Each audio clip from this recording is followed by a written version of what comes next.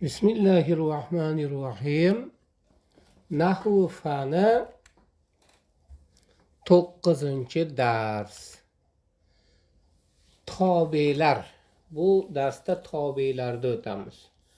Xo'p, ismni raf o'rinlarida o'tdik, ismni nasb o'rinlarini o'tdik, ismni jar o'rinlarini o'tdik. Xo'p, endi o'sha nasb o'rnida nasb, raf o'rnida raf, jar o'rnida jar bo'lar ekan. Shulardan boshqachi, yana boshqa joyda jar kelib qolsachi, yo boshqa joyda raf kelib qolsachi, boshqa joyda nasb kelib qolsachi, u nima bo'ladi degan savol tug'iladi. Mana shu yerda tobelar deyiladi. Mana misol uchun bir ism raf bo'lib keldi, foil bo'lib keldi. Mana jaa zaydun va amrun dedingiz. Mana zaydun foil bo'lganligi uchun raf bo'ldi. Amrchi degan savol tug'iladi. O'sha amr o'sha tobe bo'lganligi uchun, nimaga ergashib, zaydga ergashib kelganligi uchun u ham raf bo'ladi. Ya'ni tobe ergashuvchi degan. Bitta nasbga ergashib kelsa nasb bo'ladi, rafga ergashib kelsa raf bo'ladi, jarga ergashib kelsa jar bo'ladi. Shularni o'tamiz. Xo'p, mana tobe ergashuvchi degani. Endi matbu deb qo'yamiz, bu ergashiluvchi. Kimga ergashgan bo'lsa, u matbusi bo'ladi. Tobe matbuning hukmida bo'ladi. Ya'ni matbu nima bo'lsa, tobe ham o'sha bo'ladi. Demak, matbu agar raf bo'lsa, tobe ham raf bo'ladi. Matbu nasb bo'lsa, tobe ham nasb bo'ladi. Matbu jar bo'lsa, tobe ham jar bo'ladi. Tobelar 4 ta. Ular ta'kid, sifat, atf va badal. Mana shularda har bittasini alohida o'tamiz. Ta'kid nima, sifat nima, atf nima, badal nima. Xo'p, birinchi ta'kid. Ta'kid bu matbuini ta'kidlab keladi. Ta'kid o'zi tobe, o'zini matbuini ta'kidlab keladi. Ta'kid ikki xil bo'ladi. Birinchisi lafziy, shunday ko'rinib turgan ta'kid bo'ladi. Bunda o'sha matbuning o'zi takrorlanib keladi. Mana misol uchun aytaylik, ra'aytu amiran, amirni ko'rdim desangiz, amirni emas boshqa bittasini ko'rib o'xshatib yuborgandir deyish mumkin. Yo'q, amirni ko'rdim, amirni deb haligi ta'kidlab qo'yadigan bo'lsangiz, demak aniq amirni ko'rgan ekan deyiladi. Mana shu yerda keyingi amiran ta'kid bo'lib kelyapti. Birinchi amiron maf'ulun bihi bo'lganligi uchun nasb bo'lyapti. Keyingi amironchi o'sha ta'kid bo'lganligi uchun, o'shanga tobe bo'lganligi uchun u ham nasb bo'lyapti. Xo'p, endi ta'kid ma'naviy bor.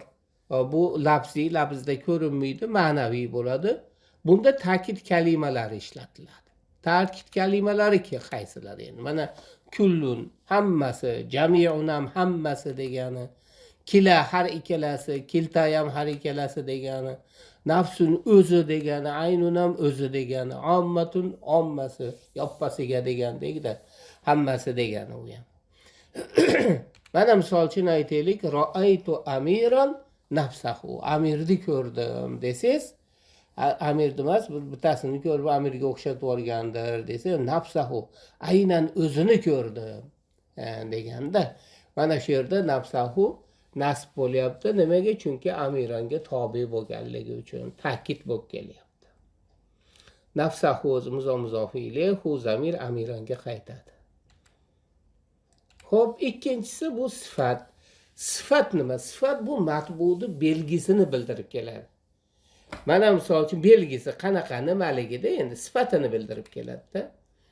Sifat matbuiga 10 tadan 4 ta narsada tobe bo'ladi.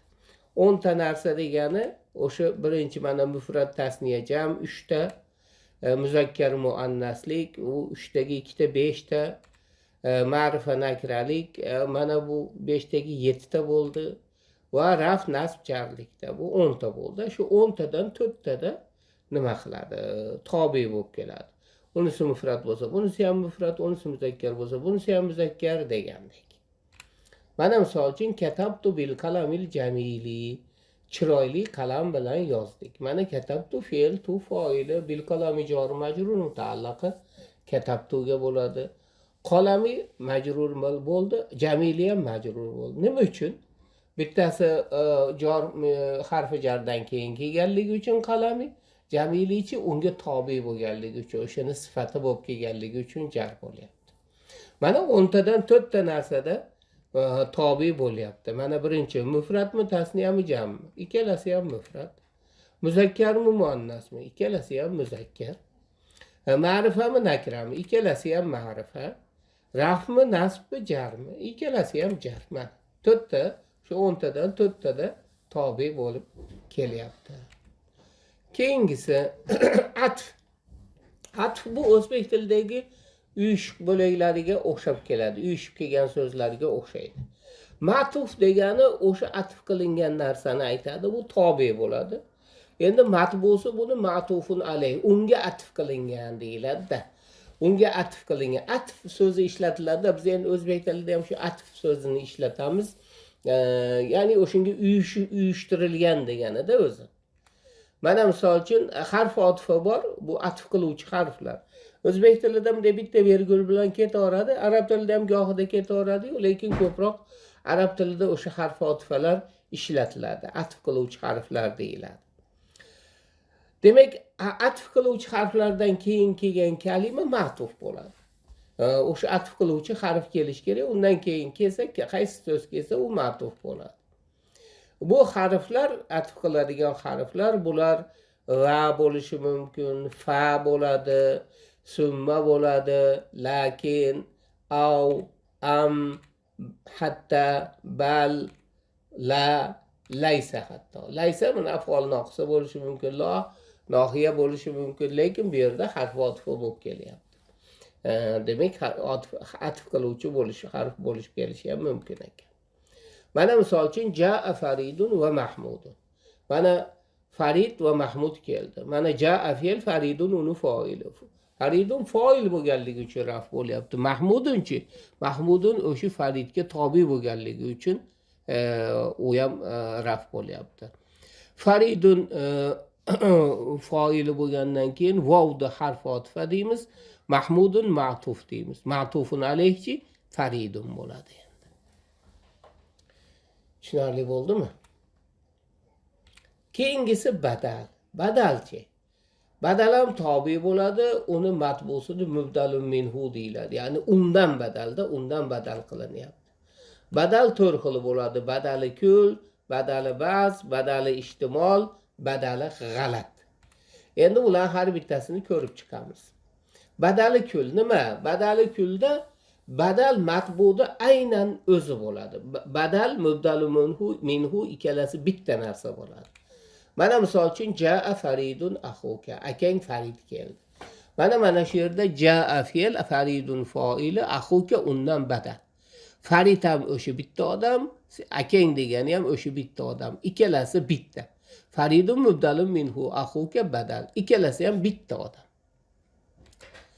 Endi badali ba'z bo'ladigan bo'lsa, bunda badal mubdalun minhu'ni bir qismi bo'ladi.